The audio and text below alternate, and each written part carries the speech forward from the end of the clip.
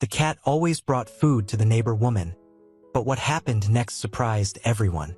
Eleanor Thompson, 78 years of age, lived a life of quiet routine in the small town of Havenwood, Vermont, keeping the familiar setting.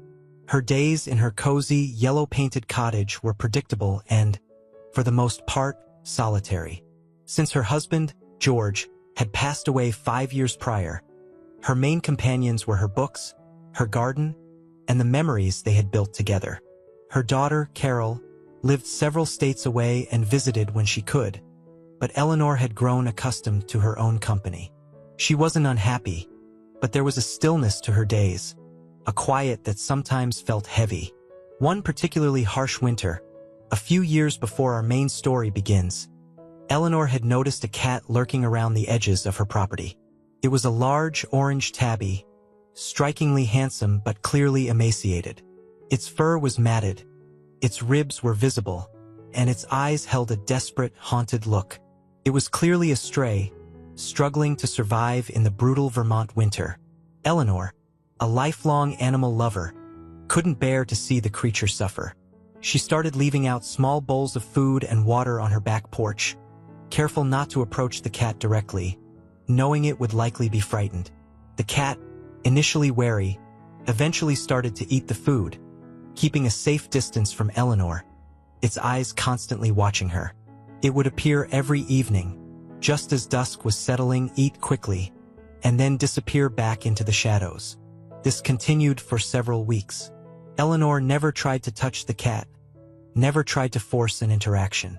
She simply provided food and water, a silent offering of kindness to a creature in need. She spoke to it softly, calling it Ginger, though she wasn't sure if it was male or female.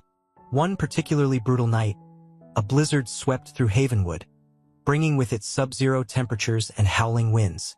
Eleanor, worried about the cat, left her back door slightly ajar, placing a warm blanket and a bowl of food just inside the doorway. She didn't expect the cat to come inside, but to her surprise, she woke up the next morning to find the orange tabby curled up on the blanket, fast asleep. It had sought shelter from the storm, and in doing so, had taken the first tentative step towards trusting her. After that night, the cat, although it never fully became an indoor cat, started to spend more time near the house. It would sit on the porch railing, watching Eleanor as she gardened, or follow her at a distance during her evening walks. It still wouldn't allow her to touch it, but it no longer ran away when she approached. Then, as spring arrived, the cat disappeared. Eleanor was saddened, but she understood. It was a wild creature, and it had its own life to live. She hoped that it had found a safe place, a warm home, and that it was no longer struggling to survive. She often thought about Ginger, the hungry stray she had helped, and she hoped that it was well. This act of past kindness is the foundation of the entire story, the reason for the cat's later behavior. 2 years passed. Eleanor's life returned to its quiet routine. She had almost forgotten about the orange stray she had helped that winter, until one sunny afternoon in May. She was sitting on her porch swing, enjoying a cup of tea, when she saw a flash of orange in the corner of her eye. A large ginger cat, strikingly handsome and well-fed, was sitting on her lawn, staring at her intently. Couldn't be. Could it? The cat walked towards her, and dropped something at her feet. It was a small, dead mouse. Eleanor stared at the cat, then at the mouse, then back at the cat. It was the same gesture, the same offering she had seen years ago. It was Ginger, all grown up, sleek, and healthy. The cat meowed, a short, almost conversational sound, then sat down, watching her expectantly. Eleanor, a wave of emotion washing over her, smiled. "Well, hello there," she said softly. "It's you. You've grown." She wasn't entirely surprised. She had always felt a connection to the stray, a sense of empathy for its plight. But she was puzzled by the gift. She knew that cats often brought presents to their owners, but she wasn't this cat's owner. At least, she didn't think she was. She carefully disposed of the mouse and went inside, returning with a small piece of cooked chicken. She offered it to the cat, who accepted it politely, eating it quickly before disappearing back into the neighborhood. The next day, the cat returned, and he brought another gift, a small bird this time. And the day after that, a half-eaten piece of fish. The pattern was established. Every afternoon, the orange cat would appear, deposit his offering at Eleanor's feet, accept a treat in return, and then vanish. Eleanor, increasingly intrigued and touched by this unusual behavior, decided to name him Rusty, a nod to his beautiful ginger fur and a subtle acknowledgement of the ginger she had known before. She started to look forward to his visits, to the strange and somewhat macabre gifts he brought her. She found herself talking to him, telling him about her day, sharing her thoughts and memories, as if he were a close friend. She was puzzled, of course. She couldn't understand why Rusty was doing this. He clearly had a home, he was well-fed and healthy. Why was he bringing her his prey?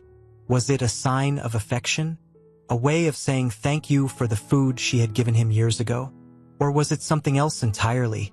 The mystery began, fueled by the cat's consistent, unusual behavior, and Eleanor's growing curiosity and affection for the animal.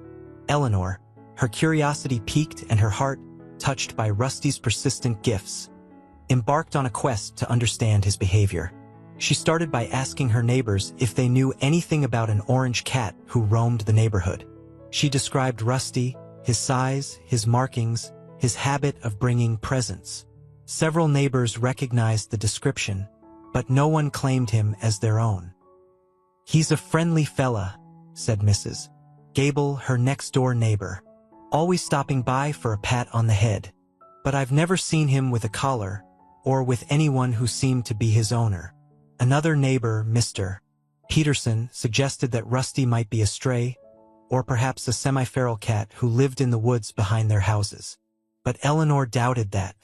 Rusty was too clean, too well-fed, too comfortable around humans to be a truly feral cat. He seemed to have a home, a place where he was cared for, but he also seemed to have chosen Eleanor for some special attention, some unknown purpose. She decided to consult with Dr. Miller, the local veterinarian, a woman known for her compassion and her deep understanding of animal behavior. Dr. Miller listened patiently to Eleanor's story, examining a photograph of Rusty that Eleanor had taken. She confirmed that Rusty looked healthy and well-nourished, ruling out any medical explanation for his behavior. "It's certainly unusual, Eleanor," Dr. Miller said thoughtfully. "Cats often bring gifts to their owners, as a sign of affection, or as a way of showing off their hunting prowess. It's less common for them to do this with someone they don't live with, especially with such consistency." She suggested a few possibilities. Territoriality. "He might see your yard as part of his territory, and he's bringing you gifts as a way of marking it, or of establishing a social bond with you." Instinct. "He might be responding to some instinctual urge to provide for others, even if those others aren't his family." Learned behavior if someone somewhere had rewarded him for that behavior previously. But none of these explanations felt entirely satisfactory to Eleanor. They didn't account for the regularity of the gifts, the specific location where Rusty always left them, or the feeling Eleanor had that there was a deeper meaning, a message she couldn't yet decipher. She thanked Dr. Miller for her time and returned home, feeling more determined than ever to solve the mystery. She decided to try a different approach. She would research cat behavior online, looking for any information that might shed light on Rusty's unusual actions. She spent hours reading articles, watching videos, and browsing online forums, learning about feline communication, feline instincts, and the various ways in which cats interact with humans.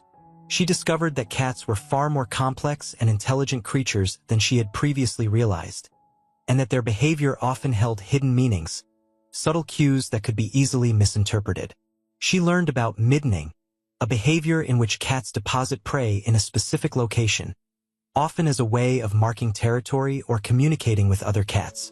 But Rusty's behavior didn't quite fit that pattern. He wasn't leaving his gifts in a random location. He was specifically bringing them to her doorstep, as if offering them as a tribute. She stumbled upon a few anecdotal stories of cats who had brought gifts to people who had previously helped them, stories of rescued cats who seemed to be expressing their gratitude in the only way they knew how.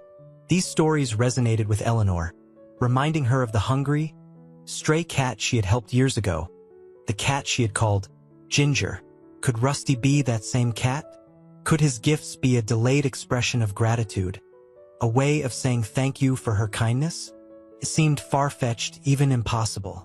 But Eleanor couldn't shake the feeling that she was on the right track, that the answer to the mystery lay in her own past, in a forgotten act of compassion that had somehow, miraculously, come full circle. This was the crucial turning point, the moment when Eleanor begins to suspect the true reason behind Rusty's behavior, setting the stage for the eventual confirmation and the surprise consequences. As Eleanor continued her research and pondered the possible connection between Rusty and the stray she'd helped years ago, she found herself spending more and more time with the orange cat. His daily visits became the highlight of her day, a bright spot in her otherwise quiet routine. She'd sit on her porch swing, waiting for him to appear, her heart filled with a mixture of anticipation and affection. She'd greet him with a smile and a soft word, and he'd respond with a gentle meow and a rub against her legs. She no longer just disposed of the gifts he brought her. She started to thank him, genuinely, sincerely, as if she understood the meaning behind his offerings, even if she couldn't yet articulate it. She'd carefully bury the small creatures in her garden, giving them a respectful resting place, a small tribute to Rusty's hunting skills and his unwavering generosity. She also started to offer him more than just treats. She'd leave out a small bowl of fresh water, and occasionally a saucer of cream or a small piece of cooked salmon, knowing that he was likely getting plenty of food at his real home, but wanting to show him her appreciation, her affection. Rusty, in turn, seemed to respond to her increased attention. He started to linger longer, staying for a few minutes after he'd delivered his gift, allowing Eleanor to stroke his soft fur, to scratch him behind the ears, to feel the comforting rumble of his purr. He'd even started to follow her around the yard, watching her as she tended to her garden. His green eyes filled with a curious intelligence, a silent companionship that warmed Eleanor's heart. One afternoon, as Eleanor was sitting on the porch swing, reading a book, Rusty jumped up beside her, settling down with a contented sigh, his warm body pressed against hers. It was the first time he had ever done that, the first time he had sought out her physical closeness, beyond a brief rub against her legs. Eleanor, surprised and delighted, gently stroked his fur, feeling the soft texture, the warmth of his body, the steady rhythm of his breathing. She felt a deep connection to this creature, a bond that transcended words, a sense of peace and contentment that she hadn't felt in a long time. She realized that she had grown to love this cat, this mysterious, generous creature who had wandered into her life and filled it with a new sense of purpose, a new sense of wonder. She still didn't know why he was bringing her gifts, but she no longer cared as much about the explanation. She simply cherished his presence, his companionship, his unwavering affection. She started to talk to him more openly, sharing her thoughts, her memories, her stories of George, her late husband. She told him about her life, her joys, her sorrows, her hopes and fears. She knew he didn't understand the words, but she felt understood nonetheless. She felt like he was listening, that he was empathizing, that he was offering her a silent, unwavering support. The bond between Eleanor and Rusty was deepening, becoming more than just a casual acquaintance, more than just a neighborly interaction. It was becoming a friendship, a partnership, a shared journey of discovery, fueled by mutual affection, unspoken understanding, and the enduring mystery of Rusty's gifts. This deepening connection sets the stage for the emotional impact of the eventual surprise and its consequences. The seemingly unbreakable routine of gifts and shared companionship between Eleanor and Rusty took an unexpected turn one blustery autumn afternoon. Eleanor had been feeling unwell, a lingering cold that had settled in her chest, making her feel weak and tired. She had decided to skip her usual afternoon walk with Rusty, opting instead to stay inside, curled up in her armchair with a cup of tea and a good book. Rusty, sensing her change in routine, seemed concerned. He paced restlessly around the living room, meowing softly, nudging her hand with his head, as if urging her to get up, to go outside, to follow their usual pattern. Eleanor tried to reassure him, stroking his fur, telling him that she was just tired, that she would be fine. But Rusty remained agitated. His eyes filled with a worried expression that she had never seen before. Then, he did something completely out of character. He ran to the front door, scratching at it frantically, meowing loudly, insistently, as if demanding to be let out. Eleanor, puzzled and a little alarmed by his behavior, got up from her chair, her body aching, her head throbbing. She opened the door, expecting him to bolt outside, to go on his usual hunting expedition. But he didn't. He stood on the porch, looking back at her, his tail twitching, his eyes pleading. He then turned and ran a short distance down the driveway, stopping at the edge of the road, looking back at her again, as if urging her to follow. Eleanor, despite her fatigue and her lingering illness, felt a surge of intuition, a sense that Rusty was trying to tell her something important, something urgent. She trusted his instincts, his unwavering loyalty, his uncanny ability to sense things that she couldn't. She grabbed her coat, her cane, and her keys and followed him, her heart pounding with a mixture of apprehension and anticipation. Rusty led her not towards the woods, his usual hunting grounds, but along the road towards the center of town. He walked briskly, purposefully, his head held high, his tail waving like a ginger flag. Eleanor struggled to keep up, her breath coming in ragged gasps, her chest tightening with each step. She felt a wave of dizziness, a sudden weakness that made her stumble. She reached out, grabbing onto a nearby tree for support, her vision blurring, her body trembling. She realized, with a jolt of fear, that she was not just feeling unwell. She was having a medical emergency. She tried to call out to Rusty, to tell him to go for help, but her voice was weak, barely a whisper. She slumped against the tree, her body slumping, her consciousness fading. Then, she felt a presence beside her, a warm fur brushing against her leg. It was Rusty. He was nudging her, licking her face, whining softly, his eyes filled with a desperate, urgent plea. He then did something that would forever change Eleanor's life, something that would reveal the true depth of his connection to her and the extraordinary reason behind his persistent gifts. He started to bark. Not the soft woofs he usually used, but loud, sharp, insistent barks, a desperate cry for help, a sound that echoed through the quiet streets of Havenwood. He barked and barked and barked, refusing to leave Eleanor's side, his voice growing hoarser, his body trembling with exertion, but his determination unwavering. His barks attracted attention. A neighbor, Mr. Henderson, familiar name, different character, who was working in his yard, heard the commotion and came running. He saw Eleanor slumped against the tree, her face pale, her breathing shallow, and he immediately understood the situation. He called 911, his voice shaking with urgency, while his wife ran to get a blanket and a glass of water. Other neighbors, alerted by the barking and the commotion, gathered around, offering their help, their concern, their support. The ambulance arrived within minutes, sirens wailing, lights flashing. The paramedics quickly assessed Eleanor's condition, recognizing the signs of a heart attack. They administered emergency treatment and rushed her to the hospital, their movements swift and efficient. Rusty, refusing to be left behind, tried to follow the ambulance, running alongside it, his golden fur flying, his barks echoing through the streets. He was eventually stopped by a kind neighbor who held him gently, reassuring him that Eleanor would be okay, that he had done his job, that he had saved her life. The unexpected turn was not just the medical emergency, but Rusty's response. He hadn't just brought gifts. He had summoned help, using his bark, his persistence, his unwavering loyalty to alert the neighbors and save Eleanor's life. This was the setup for the final revelation, the moment that would tie everything together and reveal the full extent of Rusty's connection to Eleanor.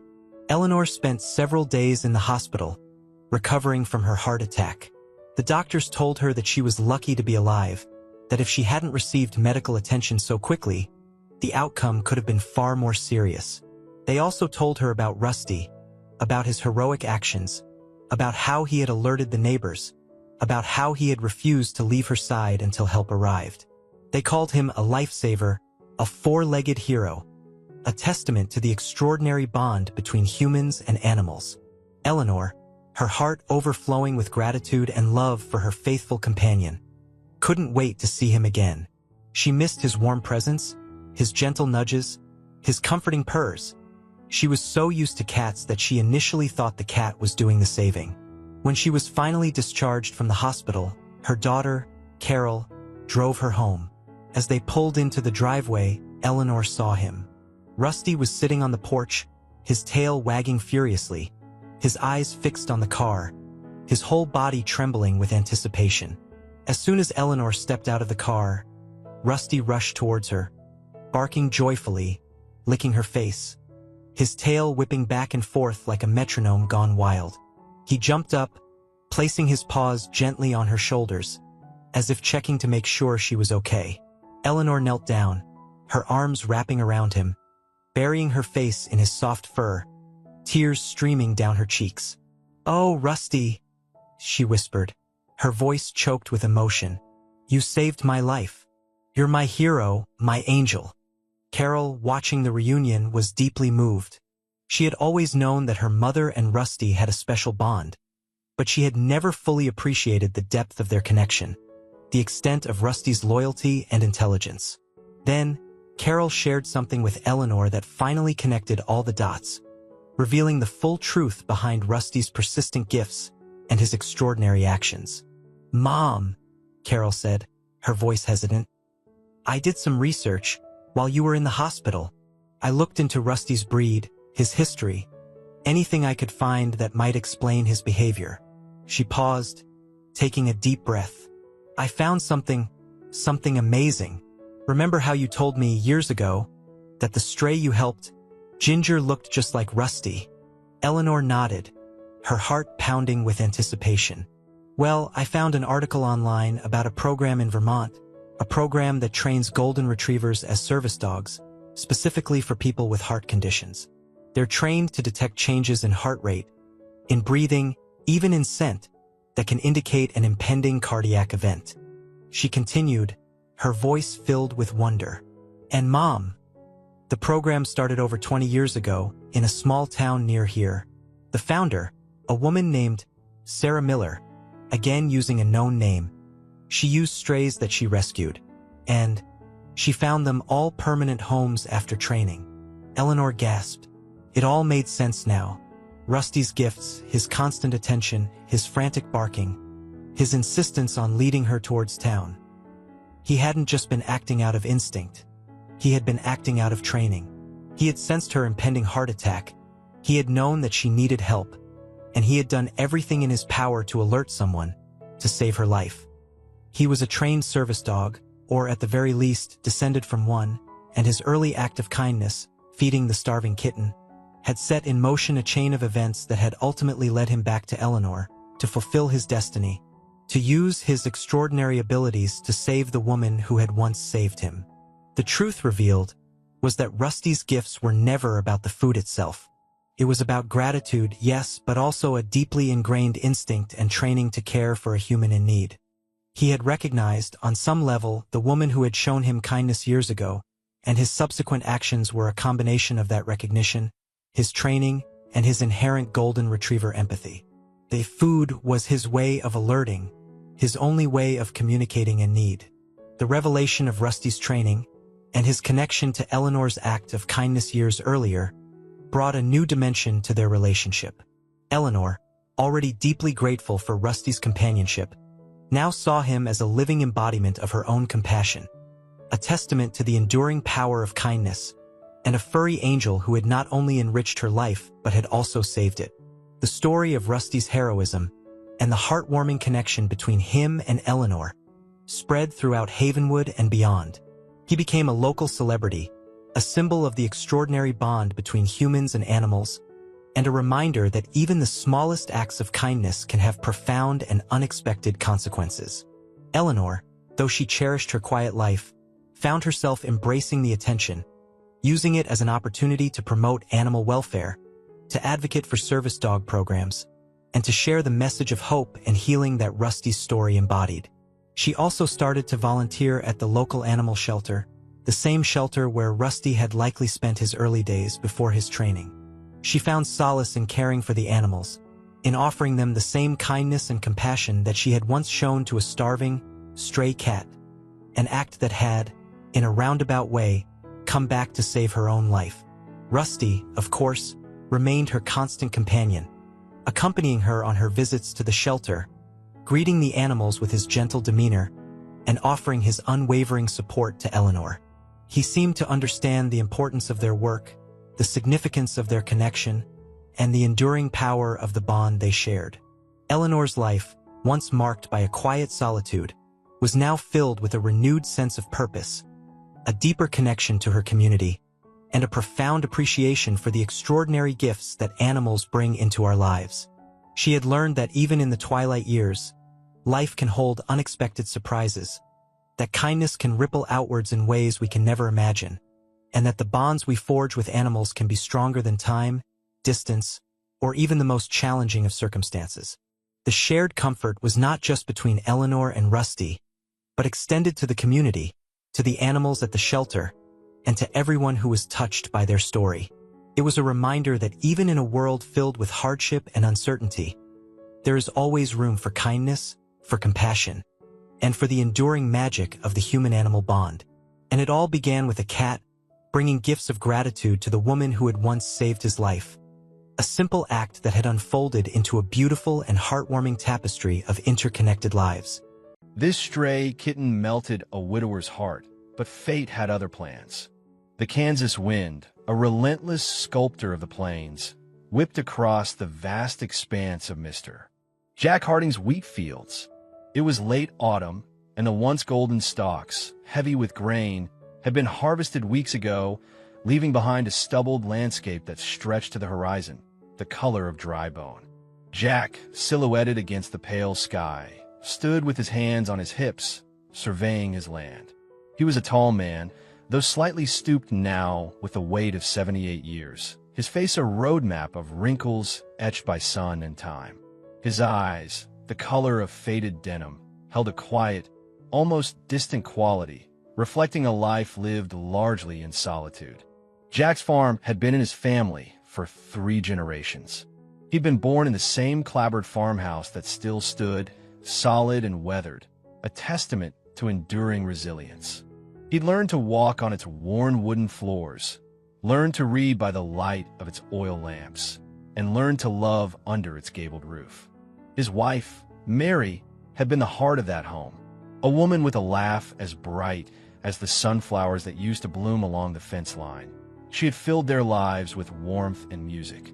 They'd had 40 years together, 40 years of shared sunrises and sunsets, 40 years of planting and harvesting, 40 years of quiet companionship. Then, 5 years ago, the music had stopped.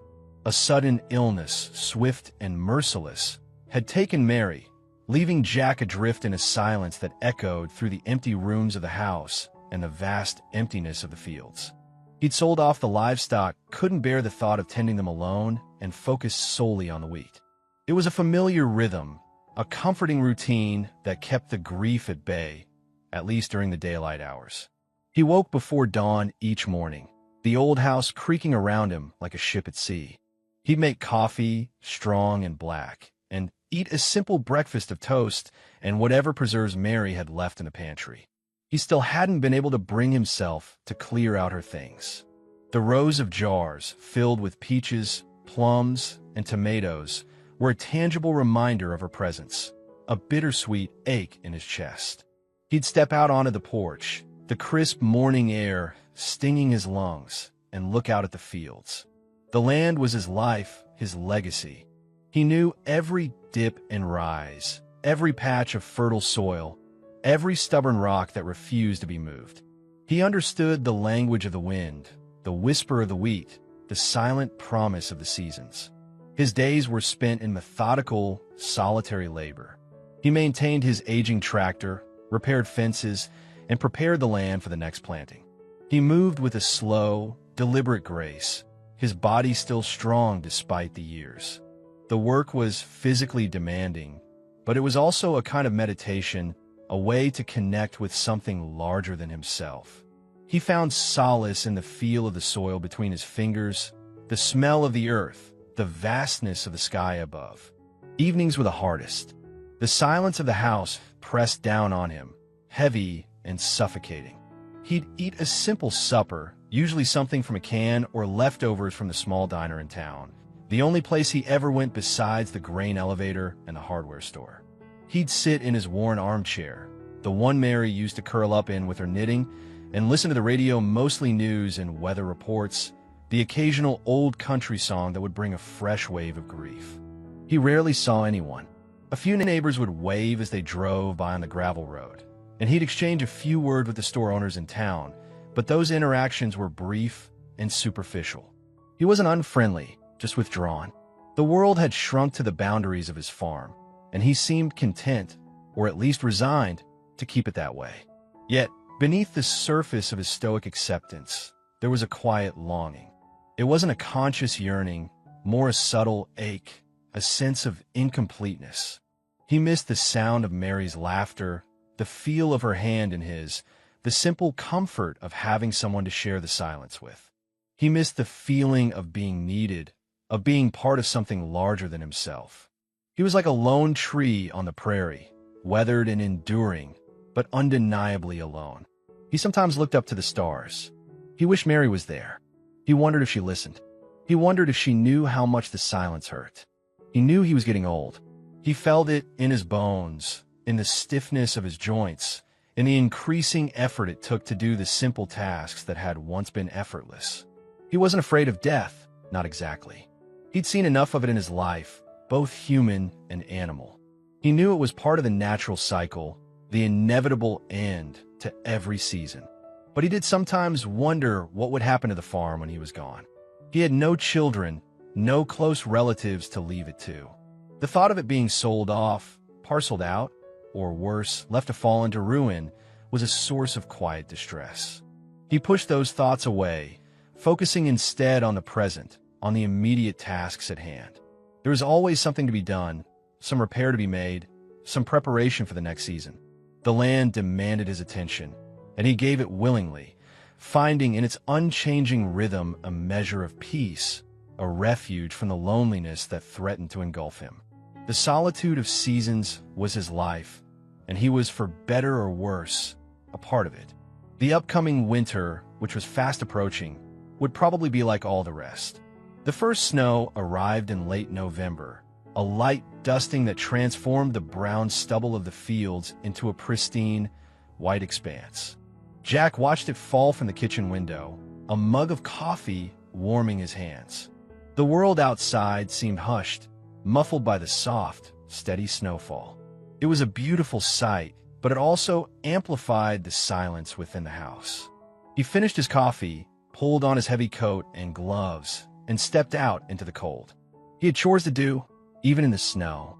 He needed to check the fences, make sure the water lines to the barn weren't frozen, and spread some extra hay for the few wild deer that sometimes sought shelter on his property. He wasn't a hunter. He hadn't had the heart for it since Mary died. He preferred to watch the deer from a distance, their graceful movements a fleeting reminder of the wild beauty that still existed in the world. As he trudged through the snow towards the barn, he heard a faint sound, a high-pitched mewling that was almost swallowed by the wind. He stopped, listening intently. The sound came again, closer this time. He followed it, his boots crunching through the fresh snow, until he reached the edge of the barn, where a small, huddled shape was trembling in the cold. It was a kitten no more than a few months old, its fur a mottled mix of gray and brown, the classic tabby pattern barely visible beneath a layer of dirt and grime. It was skinny, its ribs showing through its thin fur, and its eyes were wide with fear and hunger.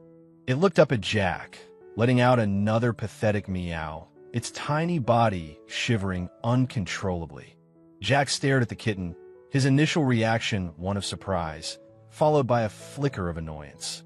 He didn't need another mouth to feed, another responsibility. He He was an old man, set in his ways, and a kitten was the last thing he wanted or needed. He'd had a barn cat years ago, a good mouser, but it had disappeared one day, probably fallen prey to a coyote or an owl. He hadn't bothered to replace it. He considered leaving the kitten where it was. It was probably feral, born in the wild, and it would likely survive or not. It wasn't his problem. He had enough to worry about.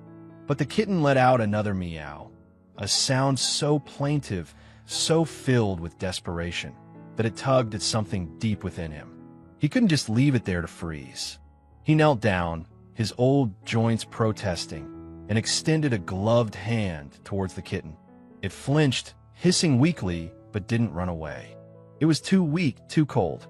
Jack spoke to it in a low, soothing voice, the kind he used to use with Mary when she was feeling down. "Easy there, little one. I'm not going to hurt you." He slowly moved his hand closer until he could gently stroke the kitten's head. Its fur was rough and matted, but he could feel the warmth of its small body beneath. The kitten trembled, but it didn't hiss again. It seemed to understand that Jack was offering help, not harm. He scooped the kitten up, cradling it in his arms. It was surprisingly light, almost weightless. He tucked it inside his coat, against his chest, where it could share his body heat. The kitten snuggled against him, its shivering gradually subsiding. Jack carried the kitten back to the house, his mind already racing. He'd have to find some milk, maybe some scraps of food. He'd have to make a bed for it, somewhere warm and safe. He hadn't had an animal in the house since Mary died, and the thought of it felt strange, almost unsettling. But he couldn't deny the small flicker of warmth that had ignited within him, a feeling he hadn't experienced in years. He set the kitten down on the kitchen floor, near the wood-burning stove, where it could get warm. The kitten looked around, its eyes wide with curiosity, taking in its new surroundings. It wobbled on its legs, still weak, but it seemed to be gaining strength. Jack found an old saucer and poured some milk into it. He placed it in front of the kitten, which lapped it up greedily, its tiny pink tongue working furiously. He watched it eat, a faint smile playing on his lips. He hadn't realized how much he'd missed having another living creature in the house. He found an old cardboard box and lined it with a soft towel, creating a makeshift bed for the kitten. He placed it near the stove, where it would be warm and cozy. The kitten, after finishing the milk, explored the box, sniffing at the towel, before finally curling up inside and falling asleep. Jack sat in his armchair, watching the sleeping kitten. He still wasn't sure what he was going to do with it. He couldn't keep it, could he? He was too old, too set in his ways. But the thought of taking it to the animal shelter, where it might be euthanized, was unbearable. He'd figured out in the morning. He spent the evening in quiet contemplation, the only sounds the crackling of the fire and the soft purring of the kitten. He felt a strange sense of peace, a feeling of connection that he hadn't realized he'd been missing. The kitten, in its small and unassuming way, had already begun to chip away at the walls he'd built around his heart. He eventually decided on a name. He'd call it Rusty, partly because of the reddish tinge to its fur, and partly because it reminded him of the rusty old tractor he still used on the farm, a reliable, if somewhat battered, companion. The next few days were a blur of feeding, cleaning, and playing. Rusty, as it turned out, was a playful and affectionate kitten, full of energy and mischief. It chased after balls of yarn, pounced on Jack's boots, and climbed up his pant legs, its tiny claws digging into the fabric. It purred constantly, a soft, rumbling sound that filled the silence of the house. Jack found himself laughing again, something he hadn't done much of since Mary died. He'd catch himself talking to the kitten, telling it about his day, about the farm, about Mary. It was as if Rusty had unlocked a part of him that had been dormant for years, a part that was capable of joy, of affection, of connection. He realized, with a start, that he was no longer alone. He had a companion, a friend, a small, furry creature that depended on him for everything. And in caring for Rusty, he was, in a way, caring for himself. The solitude of seasons was still there, but it was no longer quite so solitary. The unexpected spark had ignited a flame, and Jack, for the first time in a long time, felt a glimmer of warmth in the cold winter of his life. He knew deep down that this kitten somehow had saved him.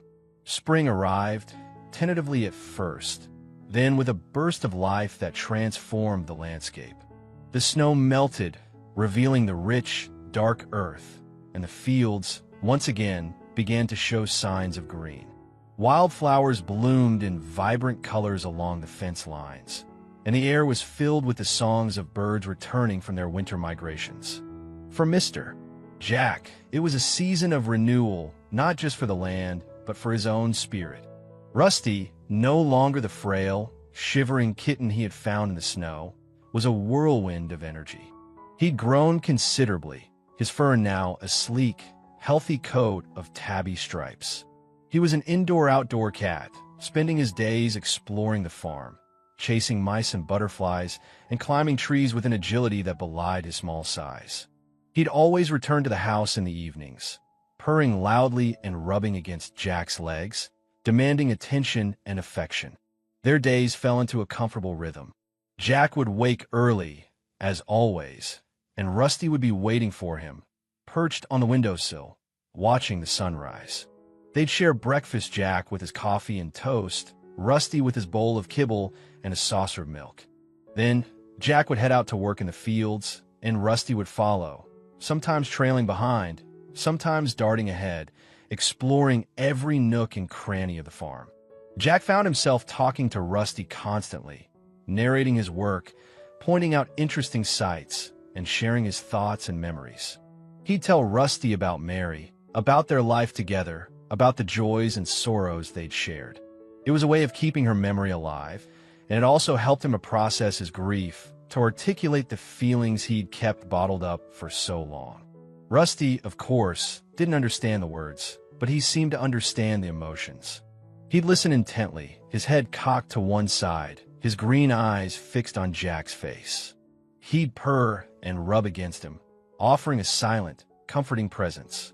He was the best listener Jack had ever had. Evenings were spent together, often on the porch, watching the sunset. Jack would sit in his rocking chair, Rusty curled up on his lap, purring contentedly. The silence was no longer oppressive. It was a shared silence, filled with a sense of peace and companionship. Jack would stroke Rusty's soft fur, feeling the warmth of his small body, and a sense of gratitude would wash over him. He'd found a friend, a companion, in the most unexpected of places. The change in Jack hadn't gone unnoticed by the small community of Meadow Creek. Martha, the owner of the general store, commented on it one day when Jack came in to buy supplies. "You seem lighter, Jack," she said, her eyes crinkling at the corners. "Happier." Jack smiled, a genuine smile that reached his eyes. "I guess I am," he admitted. "This little fella has made a difference." He told her about finding Rusty, about how the kitten had brought a spark of joy back into his life. Martha nodded understandingly. "Animals have a way of doing that," she said. "They remind us that we're not alone in the world." Even Old Man Henderson, a notoriously grumpy neighbor who rarely had a kind word for anyone, acknowledged the change. He saw Jack and Rusty walking in the fields one day and stop his truck to roll down the window. "That cat of yours seems to be keeping you young, Harding," he grumbled, though there was a hint of amusement in his voice. Jack chuckled. "He's keeping me busy, that's for sure." The interactions, though brief, were significant. They reminded Jack that he was still part of the community, that people cared, even if they didn't always show it. He'd been so isolated in his grief that he'd forgotten that simple truth. But beneath the surface of this newfound joy, there was a subtle undercurrent of vulnerability. Jack was acutely aware of his age, of the fragility of life. He knew that he wouldn't be around forever, and the thought of leaving Rusty behind, of the kitten having to fend for itself again, was a source of worry. He tried not to dwell on it, focusing instead on the present, on the joy and companionship they shared. But the thought lingered, a shadow in the back of his mind. He started making small preparations, just in case. He made sure Rusty had a collar with an identification tag, even though the kitten rarely strayed far from the farm. He left a note in his will, asking Martha at the general store to look after Rusty if anything happened to him. He even considered getting another cat, a companion for Rusty, but he couldn't quite bring himself to do it. Rusty was special, unique. He couldn't be replaced. The summer passed in a blur of warm days and starry nights. Jack and Rusty were inseparable, their bond growing stronger with each passing day. The farm felt alive again, filled with the sounds of laughter and purring, of birdsong and the rustling of wheat. It was a season of joy, a season of healing, a season of unexpected companionship. Jack felt like he was living a second spring, a late-in-life blossoming that he never thought possible. He cherished every moment, knowing that time, like the seasons, was always fleeting. He looked at Rusty, sleeping on the mat. He was growing fast. The image of the little critter in the snow was still vivid in his mind. He couldn't imagine living without Rusty. He just couldn't. The late summer sun beat down on the Kansas plains, casting long shadows across the fields. It was a day much like any other, filled with the familiar routines that defined Jack and Rusty's life. Jack had spent the morning repairing a section of fence that had been damaged by a recent storm. Rusty, as always, had been his constant companion, supervising the work from a safe distance, occasionally chasing after grasshoppers or basking in the sun. Jack had just finished the repair and was gathering his tools when he heard the familiar rumble of the delivery truck approaching. It was the weekly delivery from the feed store in town, bringing supplies for the farm. Jack had ordered a new salt lick for the deer and some extra bags of cat food for Rusty. He waved to the driver, a young man named Dale he'd known for years, as the truck pulled up to the barn. Rusty, who had been napping in the shade of the tractor, woke up and stretched, his tail twitching with curiosity. He trotted towards the truck, his usual playful self. Jack watched him, a smile on his face. He was about to call out to Rusty to tell him to stay close, when he saw a small field mouse darting out from under the truck, right into the path of the approaching vehicle. Instinct took over. Rusty, his eyes fixed on the mouse, darted forward, oblivious to the danger. Jack shouted a desperate, wordless cry, but it was too late. The truck, moving slowly but with considerable momentum, couldn't stop in time. There was a sickening thud, a brief squeal, and then silence. Jack's heart seemed to stop.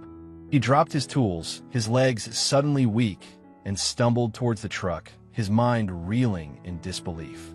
He saw Dale jump out of the cab, his face pale with shock and horror. "Mr. Harding, I didn't see him," Dale stammered, his voice trembling. "He just ran right out." Jack didn't hear him. He was focused on the small, still form lying on the gravel driveway, a few feet from the truck's front tire. Rusty. His Rusty. He knelt down, his hands shaking uncontrollably, and gently touched the kitten's fur. It was still warm, but there was no movement, no sign of life. He lifted Rusty's head, his heart breaking with each passing second. The green eyes, once so full of life and mischief, were now dull and lifeless. He felt a wave of nausea, a crushing weight of grief that threatened to suffocate him. He couldn't breathe, couldn't think. He cradled Rusty's body in his arms, his tears falling onto the soft fur. It couldn't be true. It couldn't be happening. Not Rusty. Not his little friend. Dale stood beside him, his face etched with guilt and remorse. He tried to apologize, to offer comfort, but Jack didn't hear him. He was lost in a world of pain, a world where the sun had suddenly gone out, leaving only darkness and despair. He carried Rusty's body into the house, his steps slow and heavy. He laid him on the kitchen table, on the same spot where Rusty used to sit and watch him cook. He stroked his fur, whispering his name, as if he could somehow will him back to life. But Rusty remained still, silent, gone. He knew he had to call someone to tell them what had happened. He thought of Martha at the general store, of Old Man Henderson, of the vet in town. But he couldn't bring himself to do it. He couldn't face the reality of it, couldn't bear to hear the words of sympathy, the empty condolences. He sat there for hours, numb with grief, watching the sunlight fade from the kitchen window. He didn't eat, didn't drink, didn't move. He just sat there, holding Rusty's body, lost in a sea of memories. He remembered the day he'd found him, a shivering ball of fur in the snow. He remembered the first time Rusty had purred on his lap, the first time he'd chased a ball of yarn, the first time he'd slept curled up on his bed. All those small, precious moments, now gone forever. As darkness fell, he finally forced himself to move. He knew he couldn't leave Rusty there on the table. He had to bury him, to give him a proper resting place. He found a small wooden box, lined it with a soft blanket, and gently placed Rusty's body inside. He walked out into the fields, to the spot where they used to watch the sunset together, a small rise overlooking the vast expanse of his land. He dug a grave, his tears mixing with the soil, his hands raw and bleeding. He placed the box in the ground, whispering a final goodbye, a promise to never forget. He filled the grave, patting the earth down gently, as if he were tucking Rusty in for the night. He found a large, flat stone and placed it on top, a simple marker for his beloved companion. He stood there for a long time, staring at the grave, the silence of the night broken only by the sound of his own sobs. The world felt empty, hollow. The joy that Rusty had brought into his life had been extinguished, replaced by a crushing weight of grief. He was alone again, more alone than he'd ever been before. The season of joy had ended, replaced by a season of sorrow, a season of loss. He didn't know how he would go on, how he would face the empty days and nights without his little friend. He only knew that a part of him had died with Rusty, a part that would never be replaced. He looked to the stars. He called Mary's name. He begged for this to be a dream. He wanted to fall asleep and wake up with Rusty by his side. The days that followed were a blur of gray emptiness. Jack went through the motions of living, but his heart wasn't in it. He ate without tasting, worked without thinking, and slept without resting. The house felt eerily silent, devoid of the playful meows and purrs that had once filled it with life. Every corner, every object, was a painful reminder of Rusty's absence. He found himself avoiding the barn, the place where the accident had happened. The image of Rusty's lifeless body was seared into his memory, a constant source of anguish. He couldn't bear to see the spot, to relive the horror of that day. He kept busy with the farm work, the endless cycle of chores providing a temporary distraction from his grief. He mended fences, repaired equipment, and prepared the fields for the next planting. But the joy he'd once found in the work was gone. The land, once a source of solace and connection, now felt empty and indifferent. Martha from the general store came by a few times, bringing food and offering her condolences. She was a kind woman, and she understood Jack's pain. She'd lost her own husband a few years earlier, and she knew the crushing weight of grief. She didn't try to offer empty platitudes or tell him to get over it. She simply sat with him, listening to his silence, offering a comforting presence. Old Man Henderson also stopped by, surprisingly. He didn't say much, just stood there awkwardly for a few minutes, offering a gruff expression of sympathy. He brought a small bouquet of wildflowers, which he placed on Rusty's grave. It was a small gesture, but it meant a lot to Jack. It was a reminder that he wasn't completely alone, that people cared, even if they didn't always know how to show it. Jack visited Rusty's grave every day, usually in the evenings when the sun was setting. He'd sit there, talking to him, telling him about his day, sharing his thoughts and feelings. He knew Rusty couldn't hear him, but it helped him to feel connected, to keep the memory alive. He often found himself remembering specific moments, small details that had once seemed insignificant but now held immense value. He remembered the way Rusty used to knead his paws on his lap, the way he'd chase his tail in circles, the way he'd sleep curled up in a sunbeam on the windowsill. These memories were both a source of comfort and a source of pain, a bittersweet reminder of what he had lost. As the weeks passed, the sharp edges of his grief began to soften, replaced by a dull ache, a constant sense of loss. He started to accept the reality of Rusty's death, to understand that he was gone and wouldn't be coming back. But acceptance didn't mean forgetting. He knew he would never forget Rusty, that the memory of his little friend would stay with him forever. One evening, as he was sitting by Rusty's grave, watching the sunset, he noticed something he hadn't seen before. A small patch of wildflowers had sprung up around the grave, their vibrant colors a stark contrast to the brown earth. They were the same kind of wildflowers that Mary used to love, the ones that used to bloom along the fence line. Jack stared at the flowers, a faint smile touching his lips. It was as if Rusty, in his own way, was sending him a message, a reminder of the beauty that still existed in the world, a sign that life, even in the face of loss, continued. He started to think about the future, about what he wanted to do with the rest of his life. He knew he couldn't stay isolated forever, that he needed to find a way to move forward, to honor Rusty's memory by living a full and meaningful life. He considered getting another cat, not as a replacement for Rusty, but as a new companion, a new source of connection. He wasn't sure if he was ready yet, but the thought was there, a glimmer of hope in the darkness.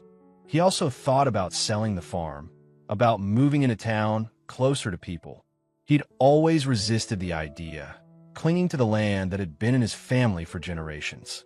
But he realized that the land wasn't what mattered most. It was the connections, the relationships, the love that gave life meaning. He didn't make any immediate decisions. He knew he needed time to heal, to grieve, to figure things out. But he was starting to see a path forward, a way to navigate the loss and find a new sense of purpose. The final scene returns to the familiar image of Jack in his fields, but with a subtle yet profound difference. It's autumn again, the season of change, the season of letting go. The wheat has been harvested, and the fields are bare, awaiting the next planting. Jack stands there, his silhouette outlined against the setting sun, his face etched with the lines of time and sorrow. But there's a new quality in his eyes, a glimmer of acceptance, of resilience. He's no longer the isolated, grieving man he was just a few months ago. He's still sad, still mourning the loss of Rusty, but he's also carrying with him the memory of their friendship, the joy and companionship they shared.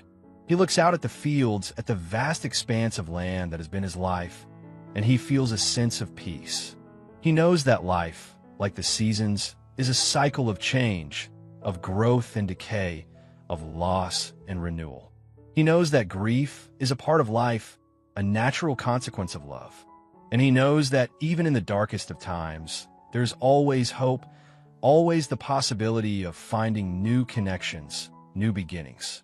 He touches the small, smooth stone he carries in his pocket, a stone he picked up from Rusty's grave.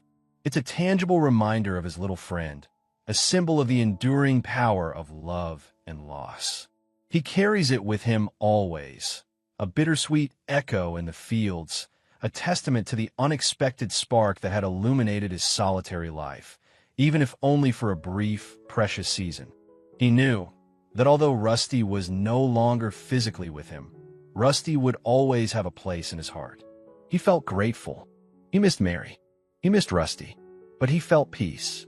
He was not alone. He had loved, and he was loved, and that was all that mattered. The farm was silent, but it was not empty.